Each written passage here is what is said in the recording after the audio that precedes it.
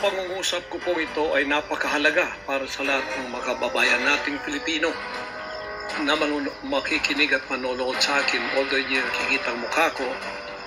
Ito po si Pastor Apollo Kibuloy, ang appointed Son of God ng Kingdom of Jesus Christ, in the name above every name. Sana po press conference ang tatawagin ko ngayon. Pero dahil nanganganib ang buhay ko, ay hindi po muna ninyo makikita ang aking pagmumukha. Ang akin lang po munang boses ang inyong maririnig. Pahalaga po ito na sasabihin ko sa inyo. Mga kababayan, mula po noong 2018, ako ay linigalig na at ang aking kongregasyon na walang dahilan, ginawan kami ng kaso doon sa bansang Amerika. Sumunod kami sa batas. Kung kami may sinabi ng violations na hindi pa napatotohanan, yan po ay nasa kanilang federal court na. Kumuha kami ng 20 lawyer upang pag-usapan ang lahat ng kanilang akusasyon, which is about 43 counts. Lahat po yan ay mayroong 20 lawyers na nakatutok. At meron na po kaming depensa. Naghihintay po ang aking mga lawyer sa Amerika at sa Pilipinas na simula ng trial. Mulang 2018, pinospon.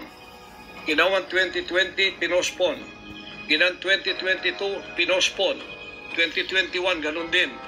2023, sana ipopospon. Pinospon pa rin. Ngayon, hindi na po papayag ang judge. November 5, 2024, talaga pong itutuloy na. Ngayon, ako naman nandito sapagkat indicted din ako. Sealed indictment pa nga ng 3 taon, hindi ko alam ako indicted ako. So anytime pupunta ako doon, pupusasan na ako, hindi ko alam. Pero salamat naman sa Panginoon Diyos sapagkat hindi na ako pumalik doon at hindi nangyari yon. So dahil kasama ako sa kaso, ng aking mga workers na mga 9 o 8 kami lahat, ako yung number 1 na principal. Okay lang. Sapagkat ako naman ang leader ng kingdom at ako talagang target nila. Sa anong paraan ginawa kami ng kasong hindi namin alam. At mga kumuha sila ng witness. Handa na po kaming lahat. Lahat ng aming depensa, lahat ng aming documents, ng aking mga lawyers, US-based lawyers, handang-handa na po kami. Pinopospon nila palagi, pero ngayon hindi na. Ngayon, ako dito sa Pilipinas, dahil nandito na ako nung dumating yung mga kasong yan, hindi ako lumaya sa Amerika, kundi dumating ako dito, wala pang kaso. Kinasuhan ako ng naka-sealed indictment, hindi na ako nakabalik doon, pero nandito na ako sa Pilipinas. So hindi po ako tumakas. Ngayon, dahil nandito ako, I will use my constitutional rights for extradition na siyang treaty ng ating bansa. Yan po ang iniintay ng mga lawyers ko dito sa Pilipinas at sa Amerika. Iniintay namin ang request ng US Embassy sa Department of Foreign Affairs. Hindi po dumating. Sapagkat kung yan pag-uusapan, i-endorse doon sa Department of Justice, wala rin doon. Inintay namin para pag-usapan ang extradition treaty kung paano gagawin. Handa din po ako sa kasong yan kung ako'y ma-extradite pagkatapos mapag-usapan at nakadaan na kami ng Court of Appeals, Court of First Instance at Supreme Court. Kung ilang taon yun, dapat mag-taste din sila. Hindi dumating yun, hinihintay ko hanggang ngayon. Wala pong request na ganon. Ngayon, eto po ang mahalagang ipabalita ko sa inyo. Mula noong 2018 hanggang ngayon, hindi na po kami mapakali sa ating sariling bansa. Nawala po ang aming kalayaan sapagkat kami dito ay sinosurveillance. Sinosurveillance ako dito sa Pilipinas ng CIA at ng FBI. Sarili kong bansa, ako po ay nagtatago sapagkat liligwakin ako ng ganun-ganun na lang. Walang extradition process na gagawin. Dumating po sa aming kaalaman sa mga sandaling ito from reliable sources. Correct me if I am wrong, but these are reliable sources na dumating sa akin na ayaw na raw po nila ng extradition treaty. Ang kanila daw pong gagawin ng CIA, ng FBI, ng US Embassy at State Department, kasabwat ng ating gobyerno, ng Pangulong Marcos at ng First Lady at kung sino pa man ang nasa gobyerno, ako ay rendition ng kanilang gagawin. Ang rendition, ang ibig sabihin po, anumang oras pwede lang pasukin ang aking compound at ako ay kidnapin.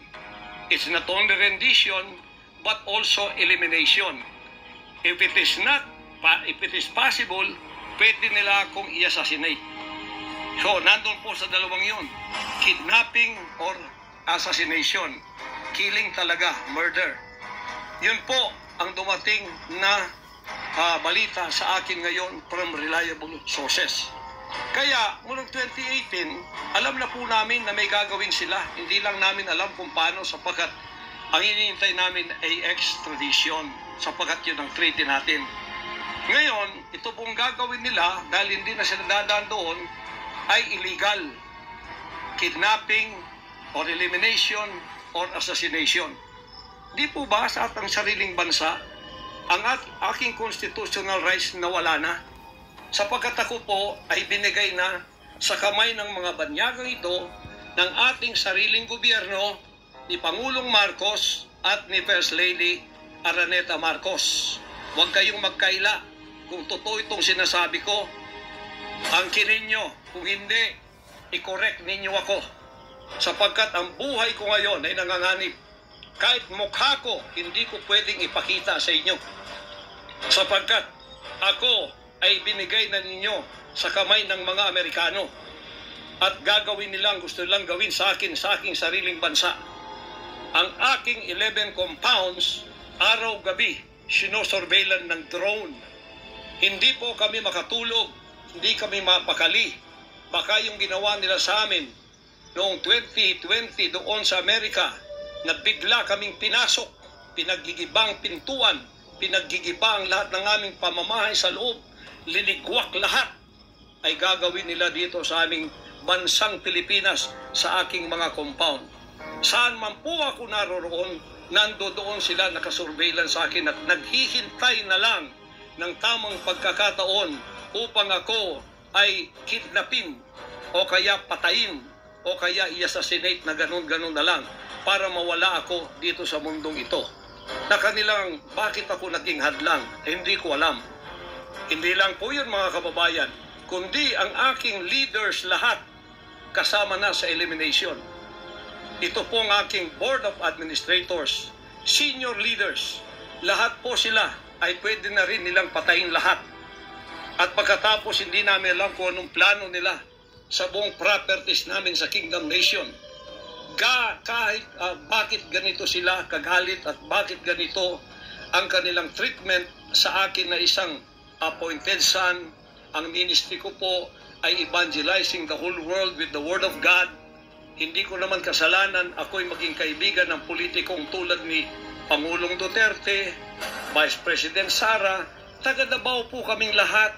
Lumaki kami lahat ito. Alam ko po ang aking mga kaibigan sila. Lumaki kami, mayor namin yan, prosecutor pa, naging congressman, naging president. Yan po ang aking pakikipag-ugnayan for nation building. Wala akong ibang interest sa bansang ito, kundi ang pagunlad. Ngayon, ako po ay inuusig. Ako po ay ginigipit. At ako po ay sinasaktan sa lahat ng paraan ng mga false accusation, false allegations na ayaw naman nilang pumunta sa korte. At pagkatapos, ayaw din nilang harapin, paharap itong mga false accusers na pinaggagawa nila to destroy my reputation para idamay sila Duterte family doon sa kapupuntahan ng mga investigasyong walang kakwenta-kwenta. Tinamon ko na kayo, punta kayo sa korte. Ayaw ninyo. Ikaw, Risa Hontiveros. Ikaw, kayong tatlo dyan na nasa kongresong puro leftist. Hinahamon ko kayo, sabi ko, pumunta kayo sa korte sapagkat ang SMNI walang kasalanan, ginurgur ninyo sapagkat idinadawit ninyo kami sa politika. Nalis ninyo ang aming malayang pagpapahayag, ang aming press freedom, pati ang liberty ko na, ang aking freedom, ang aking constitutional rights. Wala na po. Palagi kaming nagtatago. Palagi kaming lumilingkod sa likod namin sapagkat hinahabol kami. Nakapalibot sa amin ng mga CIA, alam namin yon. FBI nandyan din. Pinag-usapan na ito dyan sa State Department. At ang reliable sources dumating sa akin. Ang ulo ko po ngayon, ipatong na $2 million or 100 million pesos ang ipinatong sa ulo ko. Baka yan ay madagdagan pa kung may maunang makapatay sa akin. Ano ang nangyayari sa bansa natin? Ngayon, mga kababayan, ay meron pa pong gagawin daw sila sapagkat meron na daw silang search warrant. Pagkatapos daw, isi-search ang aming lahat ng compound at hindi daw kami papayagan na merong witness na sasama. At ang balita namin, kung ito'y totoo, sa reliable source ay nagsasabi na paplantingan daw kami ng bomba, guns, and drugs sa aming mga compound. Yan po ay aming babantayan. Sinabi ko na po muna sa inyo dito sa live na to para kung mangyari man ang mangyayari sapagkat wala po kaming ganon ay sila po may kagagawan noon.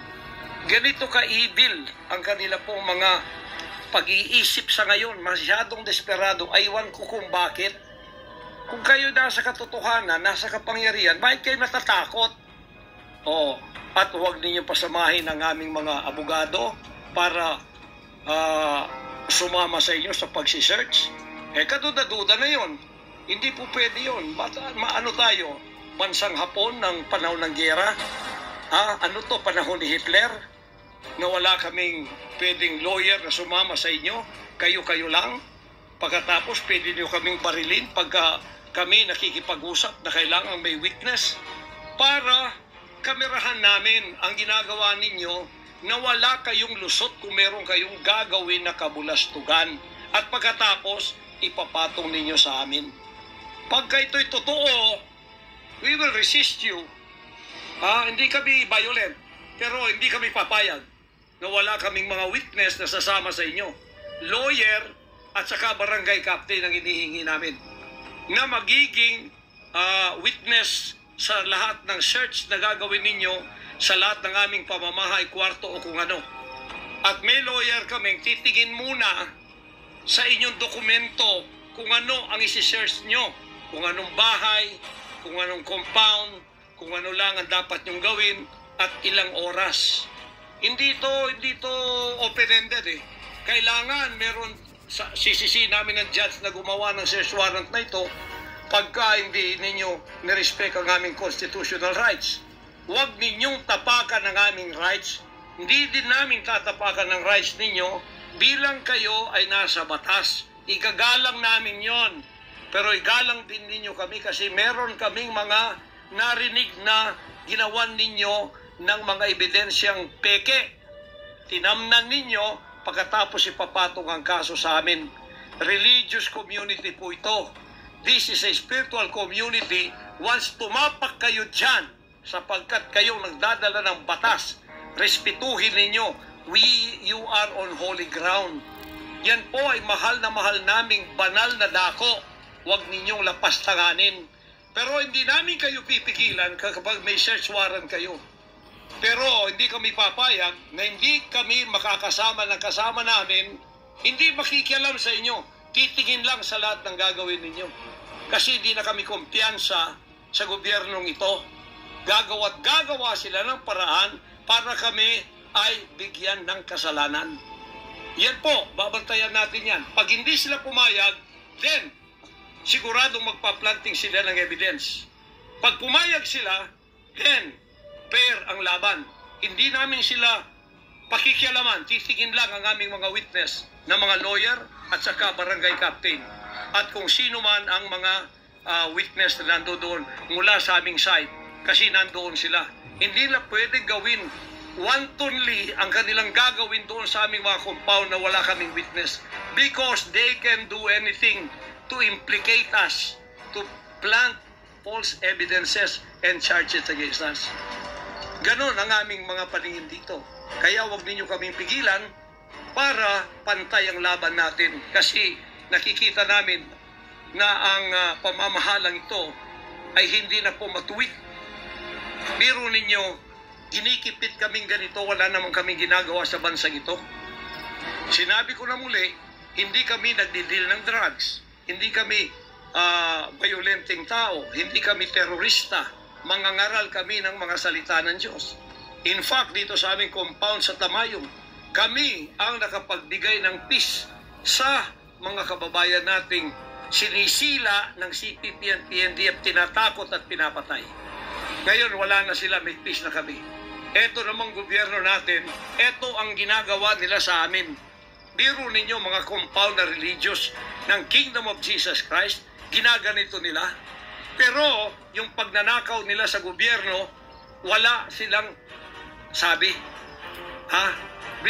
Look, bibig, hindi sinisearch ang mga bahay na pinagbibili nila. Nagamit ang pera ng gobyerno. Anong klase kayo? Sige, gawin ninyo ang gusto ninyong gawin sa amin. Pero kami tatayo sa aming constitutional rights. Whatever happens. Tatayo ako sa kalayaan ko sa bansang ito na pinakamatyan ng aking mga national heroes. Yan mga kababayan, bantayan po natin. Hindi po ako magpaparesto sapagkat ako po ay siguradong papatayin. Kasi rendition na ang kanila, hindi na po extradition. Kaya wala na akong kalayaan at wala na po akong depensa sa sarili ko, kundi ang Panginoong Diyos lamang. Kung paano itinago ng Diyos si Elijah sa evil woman na si Jezebel, nang nagpakain sa kanya ay mga ibon na lang, ganon din ang gagawin ng Diyos sa akin. Hindi ako ibibigay sa kamay ng masasama pag ganito ang pamamahala. It's an evil and righteous administration. I am telling you that. Bantayan natin to mga kababayan ko. 73 years na po ako. Magse-74 years na ako dito. Lahat ng administrasyon na daanan ko na. Lahat ng mga naging pangulo. Mula kay Diosdado Macapagal. Mula po sa maliit pa ako kay Magsaysay. Kay Carlos P. Garcia. Kay Diosdado Macapagal. Kay Marcos Sr. Kay Cory Aquino. Pagkatapos kay Ramos. Pagkatapos kay Gloria Macapagal. Pagkatapos kay Erap. Pagkatapos kay Ramos. Pagkatapos si Aquino, Noynoy. Pagkatapos ang ating Pangulong Duterte. Wala po kaming nadaanan ganito na ginikipit kami sa aming sariling bansa ng mga dayuhan. Nakasabwat ang ating pamahalaan na aking sinuportahan pa naman noong nakaraang eleksyon. Tandaan mo, President Bongbong Marcos, First Lady Lisa Marcos, pati ikaw, Martin Romualdez, hindi kayo dyan ngayon kung hindi kayo tinulungan ng SMNI at ng buong sangkatauhang Pilipino. Naniwala sila sa amin sapagkat ang SMNI lamang ang may credibility noong panahong yun hanggang ngayon. Ngayon, anong ginawa ninyo?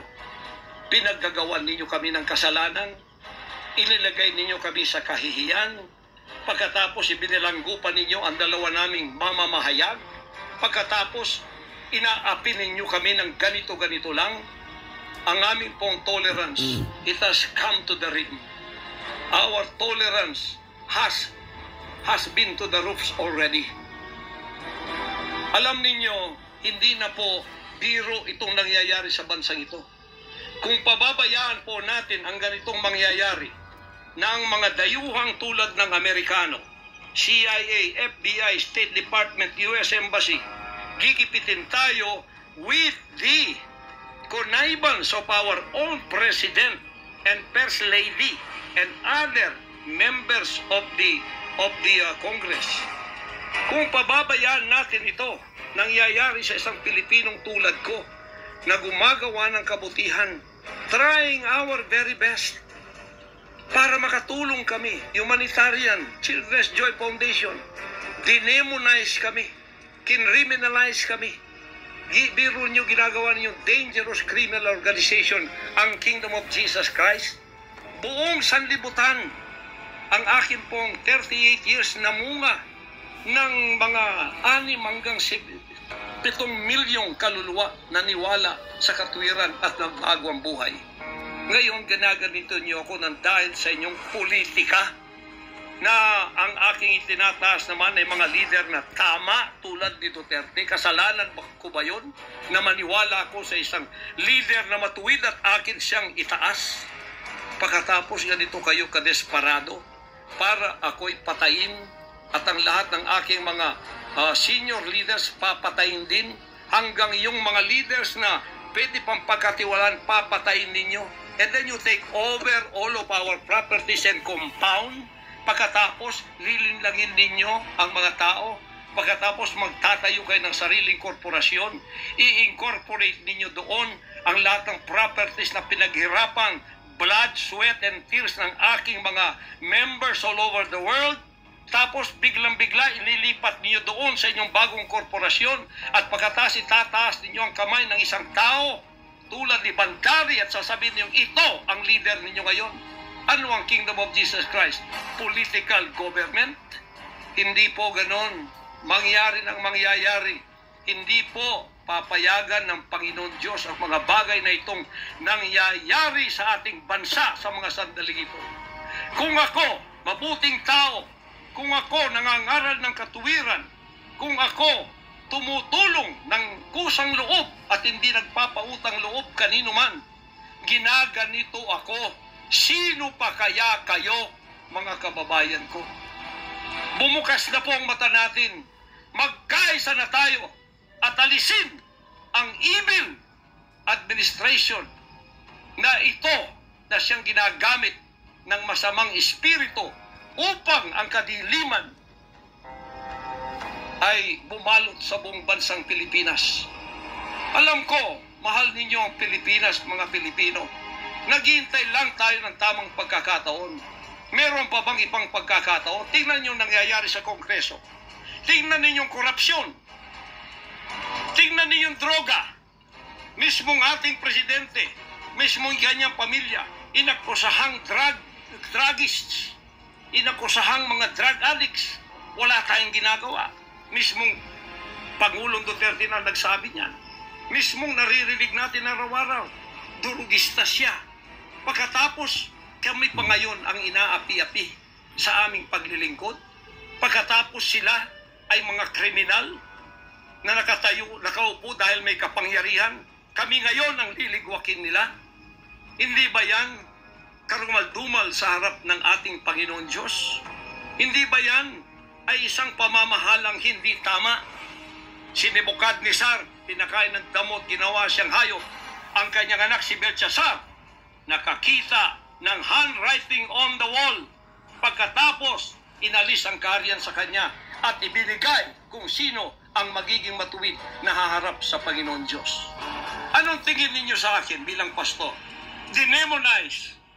Ang reputasyon ko pinagsisira. Ngayon, hindi na ako buhay. I am a living dead. Kung walang Panginoon Diyos sa akin, pinatay na ako sapagkat lahat ng gadgets nasa sa kanila. Lahat ng gadgets ng Amerikanong yan nasa sa kanila. CIA, FBI, at sino pa ang kanilang mga galamay dito na pinagbibili na nila. Ako, hindi ako drug lord. Ni minsan hindi ako nakatikim ng droga. Mulang-mula pa, inialay na ako ng aking ama na maging isang ministro ng banal na kasulatan. Hanggang ako'y lumaki, hanggang ako'y naging 74 years old, hindi ko po na-enjoy ang aking kabataan sapagkat hindi ako nagliwaliw. Ako po'y nangaral. 50 years na akong nangangaral. 38 years in the kingdom ministry. Ni isang sigarilyo hindi tumama sa bibig ko. Ni maliit na bisyo hindi ko pinasok. Ako po ay hindi nag-asawa. Ngayon inaakusahan ako ng napakaraming babae. Ito po ang kasalanan ko. Pinayaman ako ng Panginoon Diyos, akala nila sa akin, single ako, Kaya pinag-aagawan ako. Pagkatapos na ako'y maghihindi, mapapahiya, ibabaliktad nila sa akin. Yan ang tinatawag kong Potiphar's wife syndrome. Hindi po ko nagsasalita ng ganito kasi mapapahiya ang mga babaeng yan. Nag-aagawan sila. Mahirap man sabihin. Pinag-aagawan nila ako. Dahil nananawagan sa mga magulang, mayaman na tayo pag nangyari ito. Sabi ko, hindi mangyayari yan kasi dedicated ako eh. Napahiya, ngayon binayaran at ngayon binabaliktad ang lahat ng istorya. Mahirap pong sabihin ko ito kasi masisira ka lang pagkababae. Napilitan lamang ako sapagkat ang buhay ko po'y nanganganib. Anytime pwede na akong kidnapin kung nakita ang aking lair, ang aking hideout. Anytime pwede na akong ligwakin. Ang aking mga BOA leaders, hindi na po natutulog sa compound. Kung saan-saan na lang po mga membro kami natutulog. Doon sa mga payak na mga bahay, doon sa mga bahay na hindi kilala. Sapagkat lahat po kami nakalista na. Napapatayin, gugurgurin. Wala po silang takot kasi nasa kanila daw ang kapangyarihan. Mahal kong kababayan, nagtatago ako sa aking sariling bansa. Sariling mga compound namin na pinaghirapan. Hanggang kami na ako saan nagpapalimos. Pero yung amin pong sinusulisit, tingnan ninyo ang humanitarian na ginagawa namin. Ni 5 wala kaming ninanakaw. Yung mga volunteers ko, walang sweldo. Araw at gabi. Sapagat nakikita namin ang mga kabataan Pilipino, pinabayaan ng mga politikong yan. Kami po nagsasacrifice para mapakain sila, mapaaral, na wala pong bayad. Pagkatapos, ang kababayan nating nalipusta, kalamidad, walang tumutulong. Kung may tumutulong man, politika, at may kabayaran. Nagtitiis po kami sa mga pag-alipusta. Sa paninira, inaangkin namin yung kasi malaki ang ganti namin sa langit. Ngunit pagkalakasalalay na ang ating mga kalayaan, lalo na sa kamay ng mga banyagang ito, na wala naman tayong ginawang masama sa kanila, tumutulong pa ako sa Amerikang yan. Nagdodonate ako doon sa malalayong lugar tulad ng Apalachian na hindi nakapag-aral ang mga bata. Bumili kami ng napakalaking library para sila'y makapag-aral. Mga Amerikano po yan. Kinikilala ba nila yon? Kung nagseselo sila sapagkat ako'y umusbong sa bansang Amerika, problema na po nila yon. Kung ako'y binigyan ng ama ng isang sasakyang panghipapawid para hindi ako madelay sa aking worldwide na gawain, kasalanan ko ba yun? Kung ako binigyan ng pampalipad na helicopter dito para mapuntahan ko lahat ng aking satellite sa buong Mindanao, Pilipinas, kasalanan ko ba yun? Kasalanan ko ba na ako'y magkaroon paralan para makapag-aral ang mga bata na walang bayad? Kasalanan ko bang mayroong SMNI para hindi mabayaran? At pagkatapos itong salot na CPP-NPA na marami pinatay ng mga members ko, ministro, at iba pang mga inosenteng Pilipino for 54 years ay magsasalita ng katotohanan na hindi natatakot. Ngayon kami ang tinatakot ninyo, nililigwak ninyo. Anong klase kayo? Kung hindi kayo tatayo ngayon, mga kababayan ko, sapagkat ako'y living dead na, wala nang kwenta itong buhay ko, iaalay ko ito sa bansang Pilipinas. Ako ang mamumuno upang tayo ay magkaroon ng kalayaang muli. Unang-una sa akin, sa aking kababayan, sa Kingdom Nation, sa aking mga leaders na papatayin din, at sa lahat ng Pilipino nagmamahal ng kalayaan. Tatayo ako at ako ang mamumuno sa bansa ito para sa katwiran at takot sa Diyos, para ibalik ang ating kalayaan at ang ating kaligtasan mula sa kamay ng mga banyaga na pinakabatyan ni Rizal, nila Bonifacio. Gayon ang panahon ng pagtayo. Ayaw ko pong gawin ito. Hindi ako politiko. Ang misyon ko ay isang pastor, isang alagad ng Diyos. Appointed son, magligtas ng kaluluwa. Ngunit hindi nyo kinilala yun. At ngayon sinisikil ninyo ang aming kalayaan. na ma-enjoy namin ang labor namin for 38 years. Blood, sweat, and tears. Ang gabi, ginagawa namin araw. Hindi kami nagmolestiyan ng ibang tao. Lumago ang bansang Korean. Ngayon, you are envying in jealousy. Gusto niyo kaming i-put down. Mapipilitan akong pupunta at mamumuno sa bansang ito para sa katuwiran. Sasabihin ko sa inyo, pag ito'y kalooban ng Diyos, gagawin ko. Ngayon din, sapagkat ang buhay ko ay wala ng kwenta. Papatayin din naman nila ako. Ngayon tatayo na ako para sa kalayan nating lahat. Mahal kong mga kababayan, ito po ang mahalagang mensahe ko sa inyo sa mga sandaling ito. Hindi ko po uurungan ang sinumang gumagapi sa bansa ko at sa aking kalayaan na ako mismo nagtatago sa aking sariling bansa within 74 years. Hindi po nangyari ito ngayon lang. Pangulong Bongbong Marcos, akala ko matuwid ka na tao. Ikaw, First Lady, akala ko matuwid kang tao. Totoo ba yung ginagawa ninyo riyan na meron kayong mga sex orgies at meron kayong mga drug session na nagliligwak kayo ng drug, sumisingot kayo ng drug habang nagsesex orgies kayo? Totoo ba ito? Totoo bang kayo ay may mga session ng nagarkila kayo ng mga voodoo expert from Africa, pagkatapos mga witchcraft sa India, at ang inyong session Martes at pagkatapos Biyernes dyan sa Malacanang upang inyong aswagin i-witchcraft ako, Vice President Sara at Pangulong Digong at ang lahat ng